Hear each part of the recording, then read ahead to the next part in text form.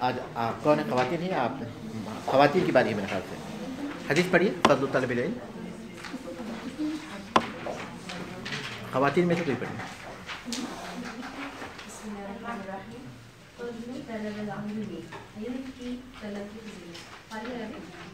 جی.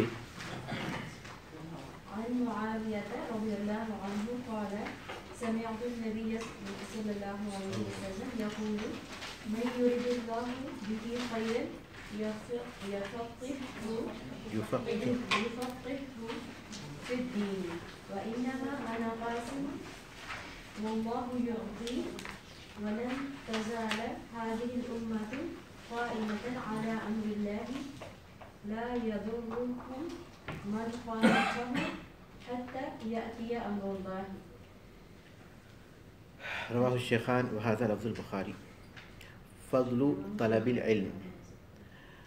عن معاوية رضي الله عنه قال سمعت النبي صلى الله عليه وسلم يقول من يريد الله به خيرا يفقهه في الدين وإنما أنا قاسم والله يعطي ولن تزال هذه الأمة قائمة على أمر الله لا يضرهم من خالفهم حتى يأتي أمر الله.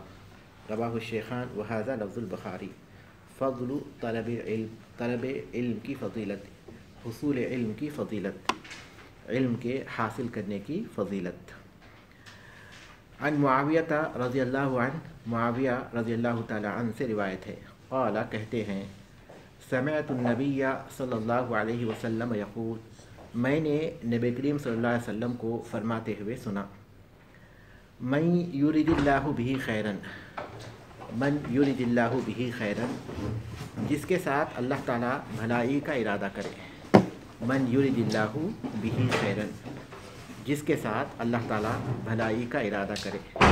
یفقہہ فی الدین، اسے دین کی سمجھ عطا کرتا ہے. من یرید اللہ بہ خیرا، جسے اللہ تعالیٰ، جس کے ساتھ اللہ تعالیٰ بھلائی کا ارادہ کرے. یفقہہ فی الدین، اسے دین کی سمجھ عطا کرتا ہے. وانما انا قاسم، میں تو بس تقسیم کرنے والا ہوں، میں تو فقط تقسیم کرنے والا ہوں. انما سے فقط یا صرف کے ترجمے معنی پیدا ہو رہے ہیں. انما یہ اس معنی پر دلالت کرتا ہے، میں بس تقسیم کرنے والا ہوں. واللہ یعطی، اور اللہ تعالیٰ عطا فرماتا ہے. وانما انا قاسم، میں تو بس تقسیم کرنے والا ہوں. واللہ یعطی، اور اللہ تعالیٰ عطا فرماتا ہے. ولن تزال هذه الامة قائمة على امر اللہ، یہ امت برابر اللہ تعالیٰ کے حکم پر باقی رہے گی. ولن تزال مانے برابر، ولن تزال هذه الامة، یہ امت برابر قائمة قائم رہے گی على امر اللہ، اللہ تبارک تعالیٰ کے دین پر. لا يضرهم من خالفهم، ان کی مخالفت کرنے والے انہیں کوئی نقصان نہیں پہنچا سکیں گے. لا يضرهم، انہیں کچھ نقصان نہیں پہنچا سکیں گے. من خالفهم، جو ان کی مخالفت کرے.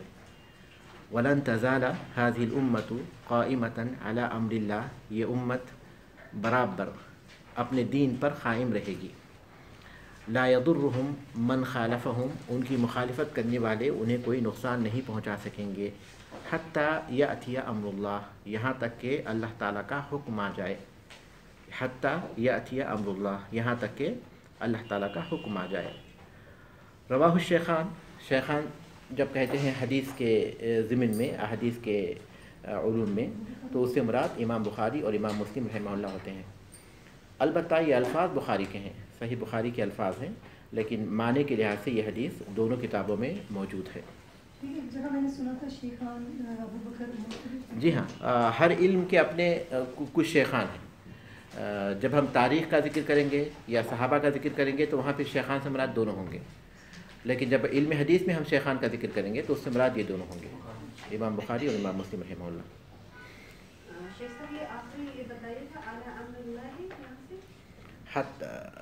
ولن تزال هذه الامة قائمة على امر اللہ، یہ امت برابر اللہ تعالیٰ کے دین پر قائم رہے گی. لا يضرهم من خالفهم، ان کی مخالفت کرنے والے انہیں کچھ نقصان نہیں پہنچا سکیں گے.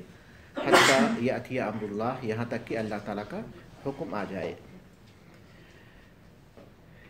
یہ حدیث فضل طلب علم کے عنوان سے انہوں نے ذکر کی ہے، اور پہلے ہم اس کے مفردات کر لیں گے، الفاظ معنی کر لیں گے، اور اس کے بعد اس کی مختصر شرح کی طرف آئیں گے۔ مفردات میں ہیں یفقہہ فی الدین، یفقہہ فی الدین، اسے دین کی سمجھ عطا کرتا ہے۔ الفقہ کے معنی ہے الفہم، سمجھ۔ الفقہ معنی ہے الفہم یعنی سمجھ، الفقہ الفہم یعنی سمجھ۔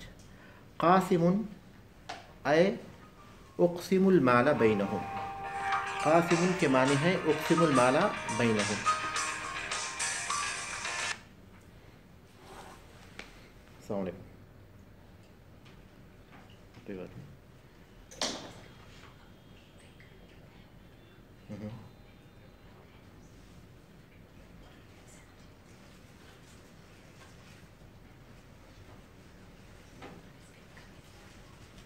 اچھا،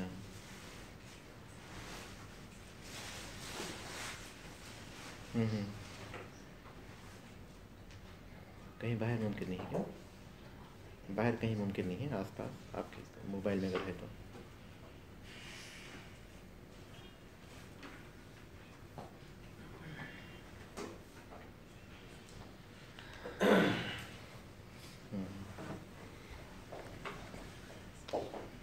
نہیں، کسی کو بھیج دیں یہاں سے، ہم لوگ عبداللہ کو کسی کو۔ جی ہاں، عبدالرحمٰن کو بھیجیں گے تو ہو سکتا ہے کہ کچھ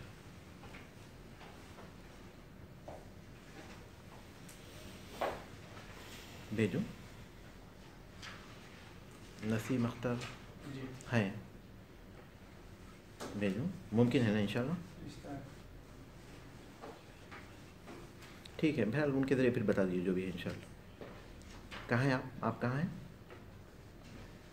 ٹھیک ہے، شیخ انتظار کر رہے ہیں آپ کا، شیخ عبدالرف نہیں، باہر ہی، کلاس کے باہر ہی۔ جی، قاسم اے اقسم المال بینہم کما امرنی اللہ، میں ان کے درمیان مال کو تقسیم کرتا ہوں جیسے اللہ تعالیٰ نے مجھے حکم دیا ہے۔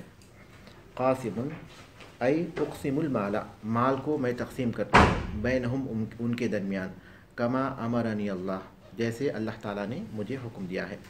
یہ ہے قاسم کے معنی۔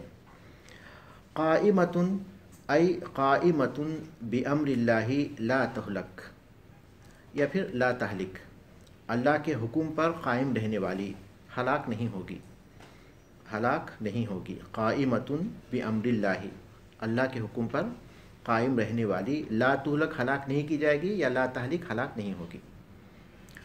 امر اللہ اے الریح التی تقبض روح کل من فی قلبہ شیء من الایمان، الریح التی، وہ ہوا، تقبض جو قبض کر لے گی، روح کل من فی قلبہ، ہر اس شخص کی روح جس کے دل میں شیء من الایمان، کچھ بھی ایمان ہو، ذرہ ایمان ہو، ایمان ذرہ برابر ایمان موجود ہو۔ امر اللہ سے مراد کیا ہے؟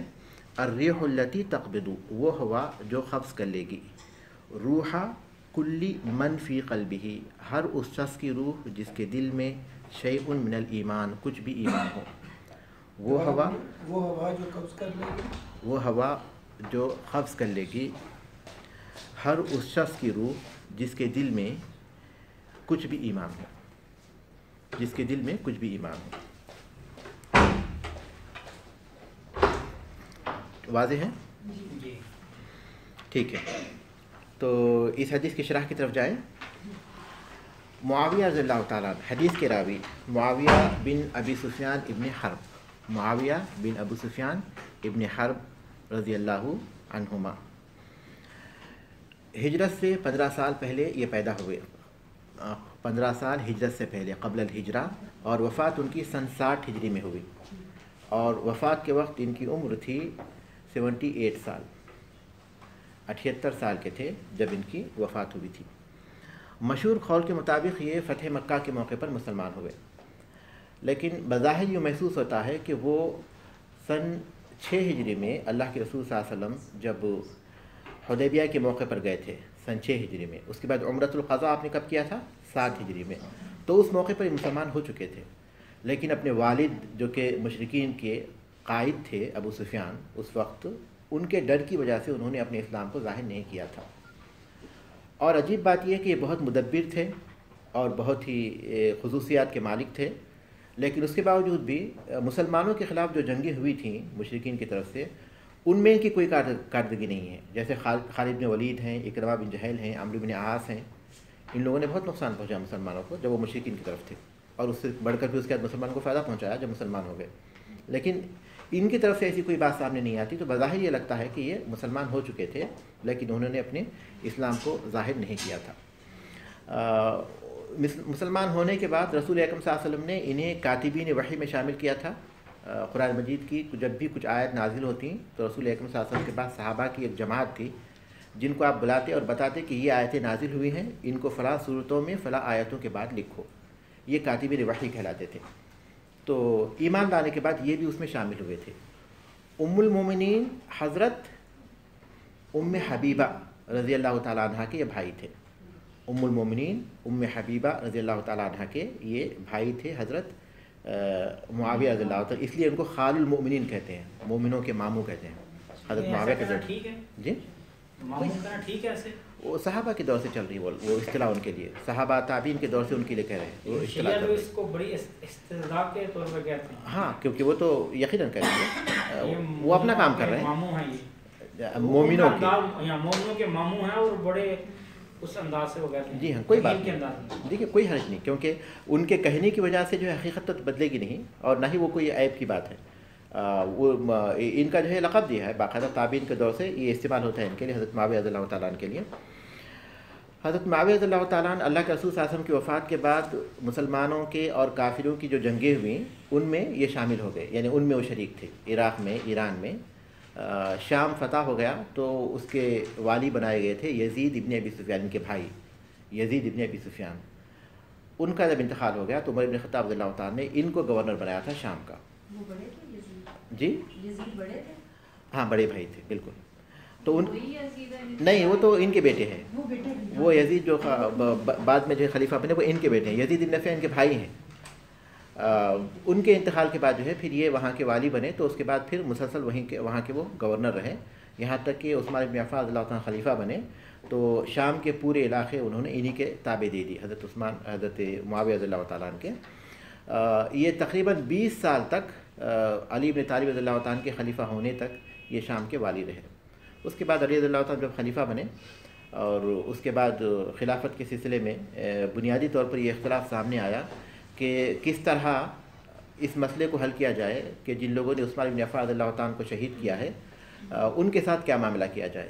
علی رضی اللہ تعالیٰ کے ساتھ مشکل یہ تھی کہ قاتلین عثمان ان کے ساتھ تھے. ان کے ساتھ کا مطلب یہ کہ ان کے ساتھ دینے والوں میں نہیں تھے لیکن ان کی فوج میں پیش تھے، اور ان سے بدلہ لینا فی الفور ممکن نہیں تھا، وقت چاہیے تھا تاکہ وہ بدلہ لے سکیں.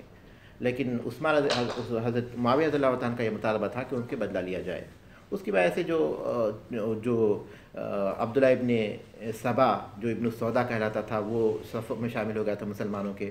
پھر خوارج آ گئے تھے تو وہ لوگ غلط فہمیاں پیدا کر آپس میں جنگوں کو بھڑکاتے رہے، یہاں تک کہ ان کے آپس میں ایک جنگ ہوئی تھی سن 37 ہجری میں جو صفین کے نام سے معروف ہے، علی بن طالب اور معاویہ بن سفیان رضی اللہ تعالیٰ عنہما کے مابین.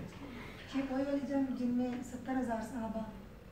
تعداد کے بارے میں صحیح نہیں ہے، مطلب ہے کہ ہم نہیں کہہ سکتے، لیکن کہا جاتا ہے ایک روایت وہ بھی ہے 70,000 صحابہ، لیکن ظاہر ہے کہ اتنی بڑی تعداد میں اس وقت وہاں موجود نہیں تھے. لیکن بہرحال ایک جنگ ہوئی جس میں یقیناً بہت سے لوگ جو ہے شہید بھی ہوئے، مارے بھی گئے. جنگ کسی نتیجے پر نہیں پہنچی.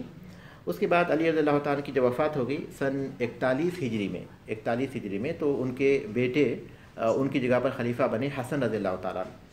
6 مہینے تک وہ خلیفہ رہے، لیکن اس کے بعد انہوں نے حضرت معاویہ سے صلح کر لی اور خلافت حضرت معاویہ کے حوالے کر دی. پھر یہ خلیفہ بن گئے مسلمانوں کے.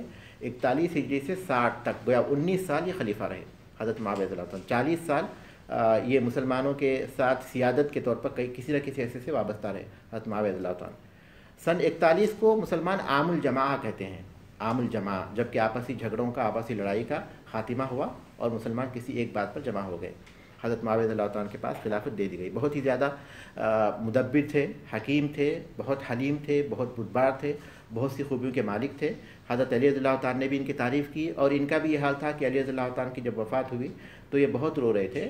تو ان کی بیوی نے کہا کہ جب تک وہ زندہ تھے تو آپ ان سے لڑ رہے تھے اور آپ رو رہے ہیں, تو انہوں نے کہا کہ خاموش رہو, تم نہیں جانتے کہ علم, فضل اور پھر بزرگی میں سے کتنی بڑی چیزیں ہیں جو آج ختم ہو چکی ہیں.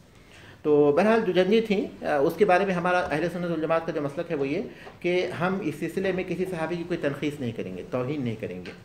علی رضی اللہ تعالیٰ اقرب الی الحق ہے, ثواب اقرب تھے ثواب کے اعتبار سے, یہ اہل سنت والجماعت کا مسلک ہے.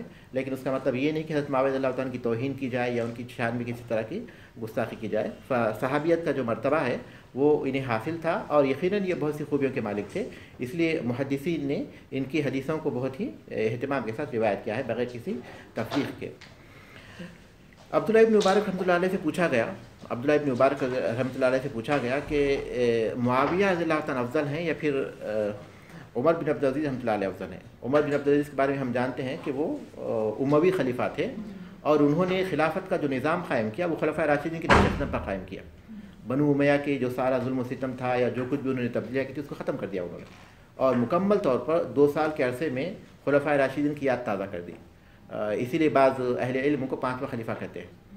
تو وہ افضل ہیں پھر معاویہ رضی اللہ تعالیٰ افضل ہیں. تو انہوں نے جواب دیا عبداللہ بن مبارک رحمۃ اللہ علیہ نے کہ معاویہ رضی اللہ تعالیٰ عنہ جو اللہ کے رسول صلی اللہ علیہ وسلم کے ساتھ غزوات میں شریک رہے, تو اس موقع پر کوئی جو دھول ان کے ناک میں پہنچی ہوگی معاویہ رضی اللہ تعالیٰ اس کے برابر بھی نہیں ہو, حضرت عمر بن عبد العزیز اس کے برابر بھی نہیں ہو سکتے. جنگوں میں جو دھول اڑی ہوگی اور جو ان کے ناک تک پہنچی ہوگی عمر بن عبد العزیز رحمۃ اللہ علیہ اس کے برابر بھی نہیں ہو سکتے. رسول اکرم صلی اللہ علیہ وسلم کے پیچھے نماز پڑھتے تھے, اللہ کے رسول صلی اللہ علیہ وسلم نے سمیع اللہ لمن حمدہ کہا اور انہوں نے ربنا ولک الحمد کہا. اس سے بڑا مرتبہ اور کیا ہو سکتا ہے؟ اللہ تبارک تعالیٰ نے جیسے اپنے رسول کو منتخب کیا ویسے صحابہ کو بھی منتخب کیا. تو اس لیے ان کی شان میں کبھی بھی کوئی گستاخی نہیں ہونی چاہیے. ان سے حضرت معاویہ رضی اللہ تعالیٰ سے 163 احادیث مروی ہیں, 163 احادیث ان سے مروی ہیں, جن میں 4 متفق علیہ ہیں. 163 جن میں 4 متفق علیہ ہیں, 4 صحیح بخاری میں ہیں اور 5 صحیح مسلم میں ہیں. 163 ہے مکمل حدیث, 4 متفق علیہ ہیں, 4 صحیح بخاری میں ہیں اور 5 صحیح مسلم میں ہیں. 5 صحیح مسلم میں ہیں. ٹھیک ہے, تو اس حدیث میں 3 باتیں بیان کی گئی ہیں. 3 باتیں بیان کی گئی ہیں. سب سے پہلی حدیث ہے, سب سے پہلی بات یہ ہے کہ جس کے ساتھ اللہ تعالیٰ بھلائی کا ارادہ کرتا ہے اسے دین کی سمجھ دیتا ہے. فقہ کہتے ہیں مطلق سمجھ کو, کسی بھی چیز کی وہ سمجھ, لیکن اصطلاح میں فقہ کہتے ہیں شرعی علوم کی سمجھ, دینی اور شرعی امور کی سمجھ, شرعی اور دینی امور کی سمجھ, دین کی سمجھ. دین کی سمجھ کو اصطلاح میں فقہ کہتے ہیں. لفظی معنوں کی دلیل ہے وَيَفْقَهُ قَوْلِي, لفظ جو ہے سمجھ کے معنی میں استعمال ہوتا ہے, جیسا کہ وَيَفْقَهُ قَوْلِي ہے کہ وہ میری بات کو سمجھ جائیں. وَلَكِنْ لَا تَفْقَهُونَ تَسْبِيحَهُمْ, اللہ تعالیٰ نے فرمایا کہ ہر چیز زمین جتنی بھی ہیں, جتنی بھی چیزیں ہیں, سب کے سب آسمان و زمین میں تسبیح بیان کرتی ہیں. وَلَكِنْ لَا تَفْقَهُونَ تَسْبِيحَهُمْ, لیکن تم ان کی تسبیح نہیں سمجھ سکتے. تو سمجھ کے معنی میں یہ لفظ استعمال ہوتا ہے, لیکن اصطلاح میں دین کی سمجھ کو فقہ کہا جاتا ہے. شرعی باتوں کی سمجھ کو یہ فقہ کہا جاتا ہے. سمجھ میں اور علم میں بہت بڑا فرق ہے. علم ہے کچھ چیزوں کی معلومات حاصل کرنا, مثال کے طور پر نماز کے, روزے کے, زکوٰۃ کے, حج کے, تجارت کے, نکاح کے, طلاق کے, آزادی کے, پھر جہاد کے, دعوت کے, وغیرہ وغیرہ جتنے بھی موضوعات ہیں ان سب کے تعلق سے مسائل کا علم حاصل کرنا, یہ علم ہے. لیکن فقہ اس سے بڑی چیز ہے. فقہ یہ ہے کہ دین کی وہ سمجھ حاصل کرنا جس کے ذریعے اسے معلوم ہو کہ دلائل کیا ہوتے ہیں, پھر وہ دلائل سے مسائل کا استنباط کرنا, دلائل سے مسائل کا استنباط کرنا. یعنی فقہ ایک ایسی صلاحیت کا نام ہے جس کے ذریعے آدمی دلائل کو پہچانتا ہے, پھر ان دلائل کی روشنی میں مسائل کو استخراج کرتا ہے, مسائل کو نکالتا ہے. تو یہ دین کی سمجھ ہے, اور یہ علم سے بڑی چیز ہے. ایک آدمی جو کہ کسی مسلک کے ساری باتوں کا علم رکھتا ہو لیکن وہ فقیہ نہیں ہو سکتا, عالم ہوتا ہے. وہ عالم ہوتا ہے کیونکہ معلومات ہیں اس کے پاس, ہر چیز معلوم ہے اس کے مسلک میں, کیا نماز کیسی, روزے کی ہے, کس مسئلے کا کیا حکم ہے اور اس کی کیا دلیل ہے. لیکن یہ وہ ہے جو کہ دلائل سے مسائل کو استخراج کرتا ہے, تو یہ اس سے بڑی چیز ہے.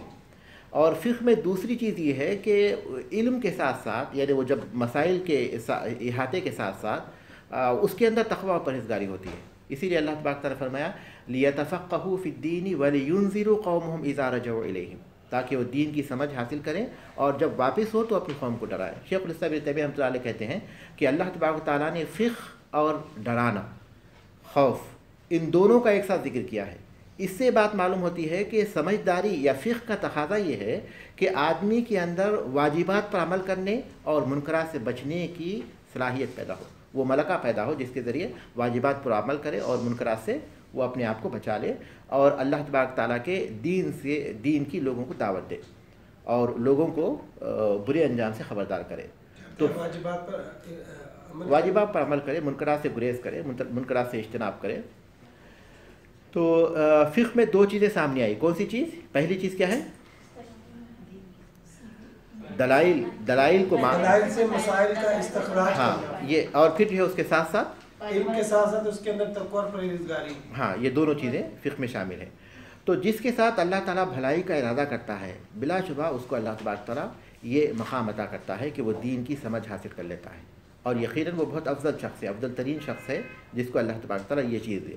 ہم جو علم پڑھ رہے ہیں یا پڑھا رہے ہیں، ہم پڑھ رہے ہیں پڑھا رہے ہیں، تعلیم و تربیت کا سلسلہ ہے، تو ہم اس راستے پر چل رہے ہیں، ہم فقیہ نہیں بنے، ہم اس صلاحیت تک نہیں پہنچے کہ دین میں مسائل کا استخراج کر سکے، لیکن اس کے راستے پر چل رہے ہیں۔ من سلک طریقا یلتمس فیہ علما سہل اللہ بہ طریقا الی الجنہ، جو کسی ایسے راستے پر چلے جس میں علم کو وہ تلاش کرتا ہو، طلب کرتا ہو، اللہ تعالیٰ اس کے لیے جنت کا راستہ آسان کر دیتا ہے، وہ راستہ ہے۔ لیکن فقہ جو ہے بہت بڑا مرتبہ ہے، لیکن جو اس راستے پر چلتا ہے ہو سکتا ہے اس کو پالے، لیکن جو راستے پر چلتا ہی نہیں ہے منزل تک وہ کبھی پہنچ ہی نہیں سکتا۔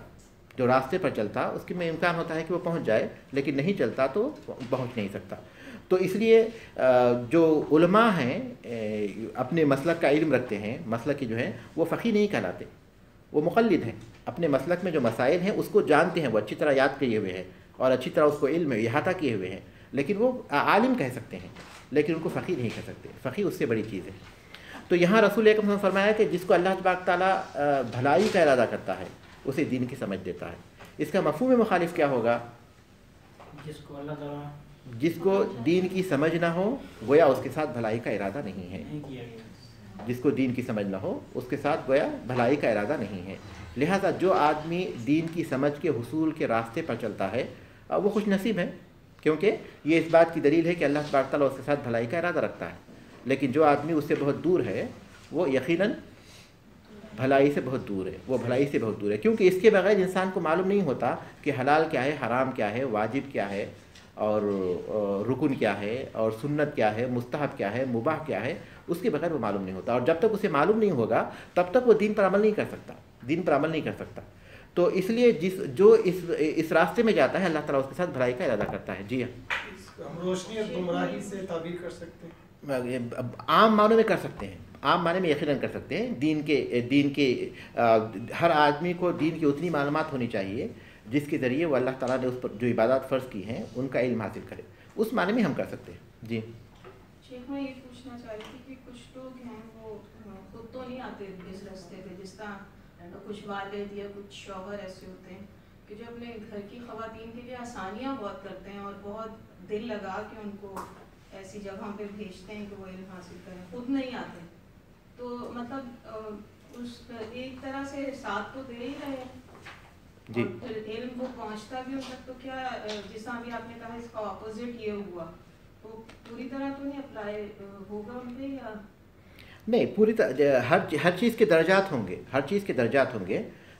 درجات یہ کہ جو ہر آدمی پر ضروری ہے کہ وہ اپنے طور پر بھی دین کا اتنا علم حاصل کرے جس کے ذریعے وہ ان واجبات کو ادا کر سکے جو اللہ تعالیٰ نے اس پر واجب کیے ہیں، اور ان منکرات کو پہچان سکے جن سے اللہ تعالیٰ نے منع کیا ہے، تاکہ واجبات کو اپنا سکے اور منکرات سے بچ سکے۔ اتنا ضروری ہے، جیسے کہ نماز ہے، روزہ ہے، اگر مالدار ہے تو زکوٰۃ کے احکام معلوم ہو، اگر حج جا رہا ہے تو حج کے احکام معلوم ہو، اگر کاروبار کرتا ہے تو تجارت کے احکام معلوم ہو، جو آدمی جس کام میں ہے اس کام کے احکام اسے معلوم ہونا ضروری ہے۔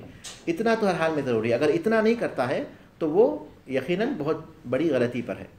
لیکن اس کے علاوہ جو مزید باتیں حاصل کرنا ہے، گہرائی جس کو ہم کہتے ہیں کہ علم کی گہرائی، جس کے جو دلائل کو پہچانتا ہے، دلائل سے مسائل کو استخراج کرتا ہے، یہ بہت بڑا درجہ ہے. اس کے ساتھ بھلائی کا ارادہ یقیناً ہے بغیر کسی شک کے، جیسا کہ اس حدیث میں بتایا گیا. لیکن جو اس راستے پر نہیں چلتا، جو اس پر واجب نہیں ہے. واجب وہ ہے جو کہ ضروری ہے، جس کے بغیر چارہ کار نہیں ہے. عبادات کا علم حاصل کرنا واجب ہے. اس کے علاوہ جو چیز ہے یہ ضروری نہیں ہے. تو جو آدمی دین کی بنیادی باتوں کی بھی فہم حاصل نہیں کرتا، اس کے بارے میں ہم کہہ سکتے ہیں کہ اللہ تبارک تعالیٰ اس کے ساتھ بھلائی کا ارادہ نہیں رکھ رہا ہے. بظاہر محسوس ہو رہا ہے، ہم یقین سے نہیں کہتے لیکن اس مفہوم میں. لیکن جو آدمی کم سے کم جو واجب اس پر ہے اس کو تو کر لیتا ہے، لیکن مزید جو معلومات ہیں دین کی گہرائی وہ حاصل نہیں کرتا، تو اس پر یہ بات نہیں ہوتی، اس پر اس چیز کا اطلاق نہیں ہوتا. سے ہٹ کے ہے، بس اس کو تھوڑا جواب مجھے چاہیے کہ یہ جو ماں کا درجہ ہوتا ہے اولاد کے لیے وہ تو ہمیں پتہ ہے، لیکن ایک سوتیلی ماں ہے اور جس نے اپنے مطلب ان سوتیلے بچوں کی بہت اچھی پرورش کی، لیکن اگر وہ نافرمانی کرتے ہیں تو کیا وہی ان پہ بھی گناہ لازم آتا ہے جو سگی ماں کے لیے ہوتا ہے؟ وہ حکم اس پر نہیں ہوگا جو سگی ماں پر ہوتا ہے، وہ حکم نہیں ہوگا. لیکن ظاہر ہے کہ حل جزاء الاحسان الا الاحسان کے تحت جو ہے احسان کا بدلہ اگر وہ اپنے نہیں دیتے اس طرح کا تو وہ گنہگار ہوں گے. حل جزاء الاحسان الا الاحسان. دیکھیے بنیادی طور پر والدہ کے جو حقوق ہیں وہ ان پر نہیں ہوتے، کیونکہ وہ جو 3 درجے ہیں جس میں انہوں نے اپنے پیٹ میں رکھا، پھر اس کو جنا، اس کے بعد جو ہے اس کو دودھ پلایا، وہ ان کے ساتھ نہیں ہے. اس لیے وہ درجہ ان کا نہیں ہوتا جو کہ سگی ماں کا ہوتا ہے. لیکن بنیادی طور پر اپنے والد کی بنیادی طور پر وہ ان کی ماں ہیں، تو اس حیثیت سے وہ احترام کے مستحق ہیں، عزت کے مستحق ہیں، اور خاص طور پر جب ان کے ساتھ اچھا سلوک کر رہے ہیں تو پھر اس کے ساتھ ان کے اچھے سلوک کے بھی مستحق ہیں. تو یہ تمام چیزیں ہیں، لیکن وہ چیز نافرمانی حقوق کی جو چیز والدہ کے ساتھ ہوتی وہ ان کے پر تو نہیں ہوتی. یعنی درجے میں کمی ہو جاتی ہے سوتیلی ماں کے بھی ہاں، بغیر کسی شک کے.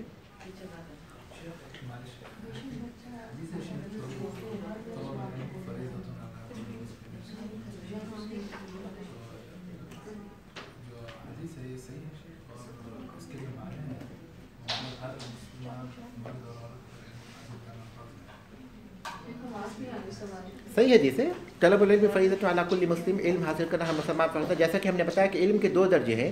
علم کا ایک حصہ وہ ہے جو ضروری ہے، علم کا ایک حصہ وہ ہے جو ہر مسلمان کے لیے حاصل کرنا ضروری ہے، تو اس پر وہ حدیث ہوتی ہے کہ حاصل کرنا فرض ہے. علم کا دوسرا حصہ وہ ہے جو کہ ضرورت سے نہیں ہے، ضرورت سے اس کا تعلق نہیں ہے، لیکن علم کی گہرائی سے اس کا تعلق ہے، تو اس کو فرض کفایہ کہتے ہیں. بنیادی علم جیسے عبادات کا علم ہے، بنیادی علم پر وہ حدیث لاگو ہوتی ہے کہ علم کا حاصل کرنا فرض ہے. اس کے بعد دوسرا جملہ ہے وَإِنَّمَا أَنَا قَاسِمٌ وَاللَّهُ مُعْطِي، میں تقسیم کرنے والا ہوں، اللہ تعالیٰ عطا کرتا ہے. اس حدیث میں اس جملے میں اللہ کے رسول صلی اللہ علیہ وسلم نے بتایا کہ رزق کا دینے والا اللہ تبارک تعالیٰ ہے، رزق دینے والا اللہ تبارک تعالیٰ ہے، اور اس کی تقسیم رسول اکرم صلی اللہ علیہ وسلم اللہ کے حکم کے مطابق کرتے ہیں. لہٰذا ساری چیزیں، سارا تصرف اللہ تبارک تعالیٰ کی طرف لوٹتا ہے. رسول صلی اللہ علیہ وسلم اپنی طرف سے تقسیم نہیں کرتے. جو مال غنیمت حاصل ہوتا ہے جنگ کے نتیجے میں، یا جو مال فیح حاصل ہوتا ہے بغیر جنگ کے، صلح کے نتیجے میں، یا پھر جو کافروں کے بھاگ جانے کے نتیجے میں، یا کسی بھی حیثیت سے جو مال حاصل ہوتا ہے، اللہ کے رسول صلی اللہ علیہ وسلم اسے تقسیم کرتے تھے صحابہ کے درمیان. یہ جو تقسیم ہوتی تھی اللہ کے رسول صلی اللہ علیہ وسلم کی مرضی سے نہیں ہوتی تھی، بلکہ اللہ تبارک تعالیٰ کے حکم کے مطابق ہوتی تھی. لہٰذا اللہ کے رسول صلی اللہ علیہ وسلم نے اس میں واضح کیا کہ سارے تصرفات جو لوٹتے ہیں کس کی طرف؟ اللہ کی طرف. دیتا بھی اللہ تبارک تعالیٰ ہے، اور میں تقسیم بھی کرتا ہوں تو کس کے حکم کے مطابق کرتا ہوں؟ اللہ کے حکم کے مطابق. اللہ کے رسول صلی اللہ علیہ وسلم نے غزوہ حنین کے بعد جو مال حاصل ہوا تھا وہ آپ نے تقسیم کیا تھا، اور مشرکین کے بڑے بڑے سرداروں کو اس میں سے بہت عطا کیا تھا، بہت سے مسلمانوں کو نہیں دیا. اور آپ نے بتایا کہ میں کبھی کبھی مجھ سے جو قریب شخص ہوتا ہے اس کو مال نہیں دیتا، کیونکہ ایک دوسرا شخص، کیونکہ مال اس کے لیے فتنہ نہیں ہے، لیکن ایک دوسرا شخص جس کے بارے میں جانتا ہوں کہ اگر مال نہیں ملے گا تو وہ جہنم کی آگ پہنچ جائے گا، جہنم کی آگ تک پہنچ جائے گا، تو میں اس کو عطا کرتا ہوں. تو اللہ کے رسول صلی اللہ علیہ وسلم کی جو تقسیم ہوتی تھی وہ بنیادی طور پر اللہ تبارک تعالیٰ کے حکم کے مطابق ہوتی تھی، لیکن اس میں تفریق ہوتی تھی. کسی شخص کو آپ دیتے تھے، بہت دیتے تھے، تاکہ وہ اسلام پر ثابت قدم رہے، تالیف خلق کے طور پر. تو صحیح بخاری صحیح مسلم کی حدیث کے مطابق ذو الخویسرہ نے آپ پر اعتراض کیا تھا جب بنو تمیم کا تھا، اور اس نے کہا تھا اعدل یا رسول اللہ، اللہ کے رسول انصاف کیجیے. تو عمر بن خطاب اللہ تعالیٰ نے کہا تھا کہ اجازت دیجیے میں اسے قتل کر دوں. تو آپ نے کہا تھا دعہ فإن له اصحابا يحقر احدكم صلاتہ مع صلاتهم وصيامہ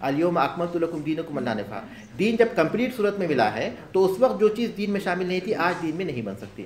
تو اس کی نشانی اللہ کا رسول نے بتایا کہ وہ جو رسول اکرم صلی اللہ علیہ وسلم کے اور صحابہ کے طریقے پر ہے. تو کوئی بھی طریقہ ہو آپ یہ مت دیکھیے کہ ہم یہ نہیں دیکھیں گے کہ وہ کس پر چل رہے ہیں, وہ جس چیز پر چل رہے ہیں کہ اس کے دلائل کیا ہیں. اگر رسول اکرم صلی اللہ علیہ وسلم صحابہ کے طریقے سے ہٹے ہوئے ہیں تو یقیناً وہ بدعت و خلافات میں شمار ہوں گے, لیکن اگر وہ ان کے طریقے کے مطابق ہیں تو اس طریقے پر ہوں گے. تو اس کی علامت ہے, اس کی بنیاد پر جانچیں گے, ہم اپنے آپ کو بھی جانچیں گے اس کی بنیاد پر اور ان کو بھی جانچیں گے, اور اس کی بنیاد پر فیصلہ کریں گے کون سا طریقہ برحق ہے اور کون سا طریقہ باطل ہے. تو اس کے بعد جو ہے ہم الفوائد پر آئیں گے. اہم الفوائد, شرف العلم و فضل العلماء, علم کا شرف اور علماء کی فضیلت. شرف العلم و فضل العلماء. شیخ ایک چھوٹی سی بات, سوری, یہ پھر لازمی تو نہیں ہے نا کہ یہ جو امر اللہ میں ری والے جو یہ ڈیفینیشن ہے یہ صرف فرقہ ناجیہ اور طائفہ منصورہ کے لیے, پھر تو یہ ہر اس شخص کے لیے بھی جس نے لا الہ الا اللہ کہا. جیسے ابھی ہم بات کر رہے تھے کہ وہ بدعات اور خرافات میں ہیں, لیکن ہیں تو مسلمان, وہ سب تو ہم نے وہ دین سے خارج تو نہیں ہے نا, ذرا برابر. جی ہاں, ذرا برابر ایمان تو وہ جی بدعات ہیں. صحیح نہیں, ان کی بھی روح ہے انہیں کے ساتھ قبض کرنی. ہاں صحیح ہے. ہاں وہ سب کی روح جس کے دل میں ذرا برابر ایمان ہوگا, کیونکہ اس میں دنیا کے آخری وقت کی تعبیر کی گئی امر اللہ سے, یعنی آخری جو وقت آئے گا ان کے باقی رہنے کا, اس وقت تک یہ لوگ باقی رہیں گے, اور وہ آخر وقت ہے جب کہ وہ ہوا نکلے گی.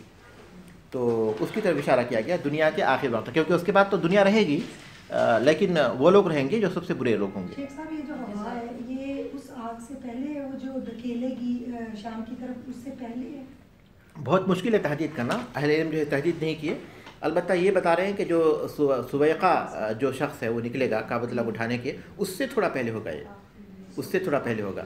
اور وہ ہوا کب نکلے گی, اور وہ جو آگ ہوگی جو لوگوں کو ڈھکیلے گی وہ اس سے پہلے ہوگی اس کے بعد ہوگی. بہت مشکل ہے تحدید کرنا, اس کو تحدید نہیں کیا, لیکن بظاہر لگ رہی ہے کہ اس کے بعد ہی ہوگی, کیونکہ پھر اس کے بعد قیامت قائم ہوگی. شرف العلم و فضل العلماء, علم کے شرف اور علماء کی فضیلت. علماء کی فضیلت, اسی لیے اللہ کے رسول صلی اللہ علیہ وسلم کو اللہ تبارک تعالیٰ نے دعا سکھائی, وقل رب زدنی علما, آپ کہیے کہ اللہ میرے علم میں اضافہ فرما. الفقہ فی دین اللہ دلیل علی ارادۃ الخیر بمن کان کذالک, دین میں سمجھ حاصل کرنا یہ دلیل ہے خیر کے ارادے کی, علی ارادۃ الخیر بمن کان کذالک, جو اس طرح ہو, یعنی جو دین میں سمجھ حاصل کر رہا ہو. الفقہ فی الدین, دین میں سمجھ حاصل کرنا, دلیل ہے علی ارادۃ الخیر, خیر کے ارادے کی, بمن کان کذالک, اس شخص کے ساتھ جو اس طرح ہو. رسول اللہ صلی اللہ علیہ وسلم قاسم للمال بامر اللہ, رسول اللہ صلی اللہ علیہ وسلم مال کو تقسیم کرنے والے ہیں اللہ کے حکم کے مطابق. رسول اللہ صلی اللہ علیہ وسلم قاسم للمال بامر اللہ, رسول اللہ صلی اللہ علیہ وسلم مال کو تقسیم کرنے والے ہیں اللہ کے حکم کے مطابق. بقاء هذه الامة مهما كاد لها الاعداء, اس امت کا باقی رہنا, دشمن اس کے خلاف جیسی بھی تدبیر اختیار کرے, مہما مانے جیسی بھی, جتنی بھی, کادا تدبیر اختیار کرے, لہا اس کے خلاف, الاعداء دشمن. بقاء هذه الامة, یہ امت باقی رہے گی, مہما کاد لها الاعداء, دشمن اس کے خلاف کیسی بھی تدبیر اختیار کرے.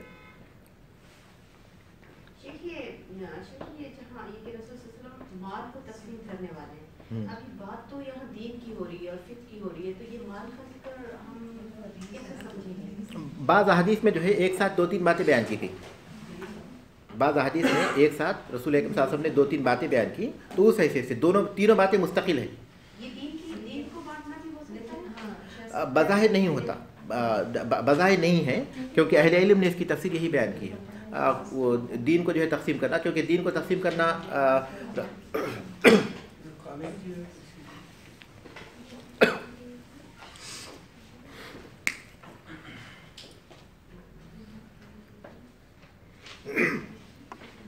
تقسیم کرنا ہوگا کوئی چیز ہاتھ میں نہیں, پہنچانا, مال جیسے مال کھانے کی چیز,